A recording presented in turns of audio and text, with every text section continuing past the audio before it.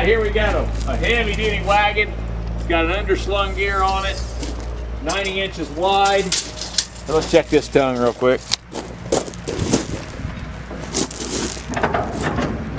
Little bit of play in the bolt of the tongue, but very good on the tie rods. I'd say this thing ought to pull pretty decent.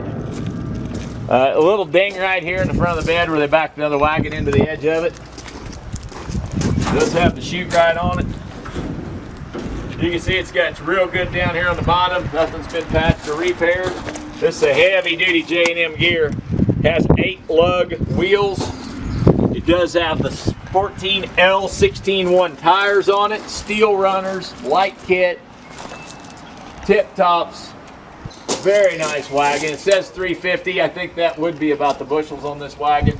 350-20. Says it requires a 12-ton gear, so I'm guessing this should be a 12-ton gear. They got another model there too, but let's see how long it is. Maybe that's what the length would be. All right, 12-foot long bed. Not sure what the numbers exactly mean, but I'd say that's every bit of a 12 or 14-ton gear on there.